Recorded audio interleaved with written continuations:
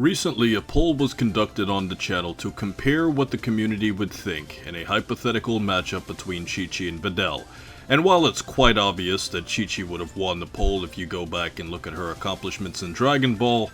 it's worth noting that Videl definitely would have stood a chance against her, and it's also worth noting that Videl not only has more fighting potential than Chi-Chi, but has a lot more fighting potential than you actually realize. We have to point out that both fighters were able to make the World Tournament legitimately, and obviously this is very important because Chi-Chi was fighting against the strongest fighters in the world, all the way back in Dragon Ball, and Videl essentially was able to do the same thing. Now granted, in the World Tournament that Videl participated in, the characters that were fighting there were significantly stronger than the characters from Dragon Ball, but that's also a different case too, because we're only specifically talking about the super fighters, but for like the regular humans, they would just be impressive for regular Earth standards. But what we also have to point out is that because Chi-Chi essentially trained with the Ox King, who was a direct protege of Master Roshi himself, and the whole Kame school, she just basically has a greater understanding of martial arts than Videl could even conceive of, even though she isn't trained at using ki or any type of energy manipulation.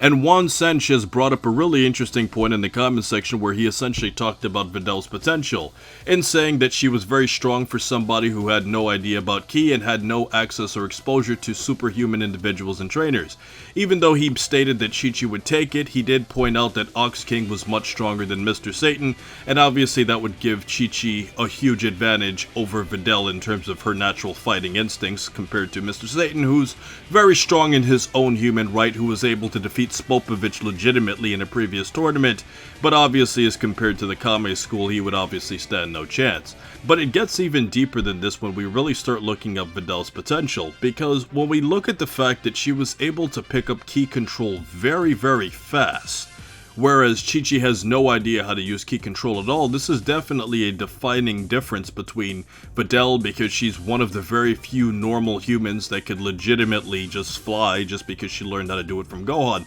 And when you think about the fact that she had very few sessions with Gohan before she actually mastered to do it, this is actually very impressive compared to a lot of the other Dragon Ball characters that we had seen from Dragon Ball who really went through a rather difficult path in learning how to fly. Now, obviously, if we look at the characters of Tien and Chaozu, they were capable of doing it from way before, but when you look at a character like Krillin and then eventually Goku, who learned it in his battle against Piccolo Jr., learning how to fly was not an easy task for our characters, and the fact that Videl learned how to do it in a few days is very impressive. And when we compare Videl to Goku directly, it's important to note that by the end of Dragon Ball, Goku was already an advanced user of ki for many, many years, and yet this teenage girl was essentially able to pick it up and learn how to fly throughout the world. And not only that, she was able to fly fast enough to moderately keep up with Gohan, even if she was struggling in doing so, and eventually later on in the future where she becomes the great Saiya man, or Saiya woman too if you want to call her that, she is fighting crime with Gohan as a regular thing. And that's something else that we have to point out about Videl. Even before Videl was able to fly, she was already fighting crime on her own without the ability to do it, before she even understood what ki was. And when you consider the fact that Videl wasn't using any type of weapons and was just using hand-to-hand combat against guys that were often armed or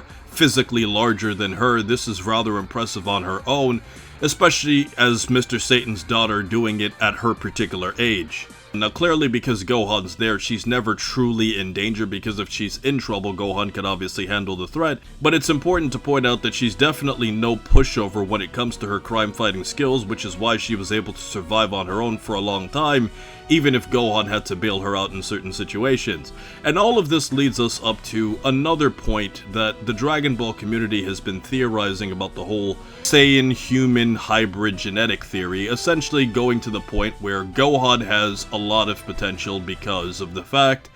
that Chi-Chi is a great fighter in her own right, and then when you combine that with Goku, then Gohan's essentially born to two strong fighters, which would give him more fighting potential. And then when you look at Pan, she's even crazier, because even though she's only a quarter Saiyan, when you consider the fact that Gohan has ridiculous potential in himself, combined with the fact that she has a mother in Videl, who has so much fighting potential, it would also explain why Pan at her age, despite having less Saiyan DNA, was rather impressive for her age relative to what Gohan was at that age. And it brings up a very interesting question of if Videl was truly trained to do even more complex key activities, how strong would she actually be? If she had the speed and durability of the other characters like, let's say, a Krillin or a Tien or even a Yamcha, she's definitely capable of being on that type of tier had she had the level of advanced training that those characters had. But because of the fact that she never had that type of advanced training, and because of the fact that the other characters were so much strong that she never really had to fight in that way,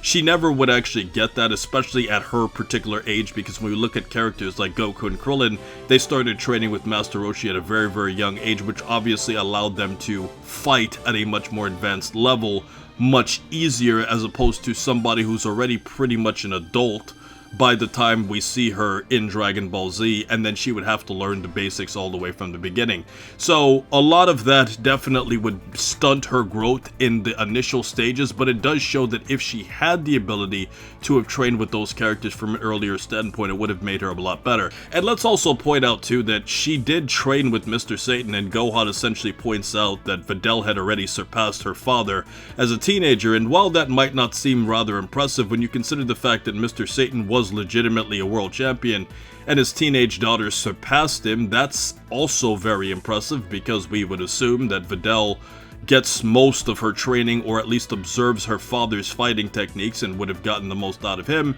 even if she trains a lot on her own. But overall, the most impressive thing about Videl in Dragon Ball is the fact that she was able to fight and damage Spopovich. Now, the important thing that we have to point out here is that, yes, Spopovich is still a regular human, but he was infused with the Majin Curse, and was clearly significantly more powerful than what a normal human would be at that point of the series. And even though Videl got completely wrecked in that fight, she did have moments where she at least damaged him, and he did recover back from it in a very disgusting way. But all of this essentially gives us the point that Videl clearly was strong enough to hurt a significantly more powerful character that probably would have given Kid Goku not necessarily any trouble, but would have at least made Kid Goku, at least from the very beginning of Dragon Ball, have to try, especially considering the fact that Spopovich can fly, and Kid Goku couldn't, especially because at that very, very early stage of Dragon Ball, he hadn't even have gotten to Nimbus Cloud yet. So as a result of all of this is all to point out that I feel the Dragon Ball community does really underrate Videl's potential, and had other events played out differently in her life, she could have been a legitimately super powerful fighter, at least for strong, superhuman Earth standards.